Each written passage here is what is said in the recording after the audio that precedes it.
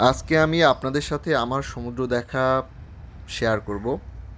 এটা সত্যি অনেক বেশি দৃষ্টিনন্দন। সমুদ্রের নীল জল, মসৃণ বালির সৈকত সত্যি আমাকে মুগ্ধ করে। সূর্য যখন আকাশে ওঠে তখন সমুদ্রের জল রৌদ্রের আলোতে যেন চকচক করে।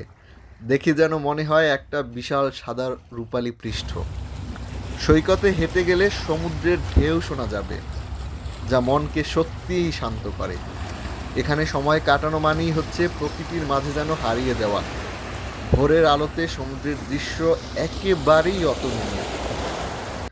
সমুদ্রের তাজা বাতাস, সাগরের লবণাক্ত গন্ধ, ঢেউয়ের নরম স্পর্শ হৃদয়ে যেন একটা অনুভূতির সৃষ্টি করে। তো যারা আপনারা এখনও সমুদ্রের নিকটে যান নাই, প্রকৃতির মাঝে যদি হারিয়ে যেতে চান, সমুদ্রের যদি শান্তি নিজেকে পুনরুজ্জীবিত করতে চান, একবার হলেও আপনি ঘুরে আসেন সমুদ্রে। আসলেই আপনার ভালো লাগবে।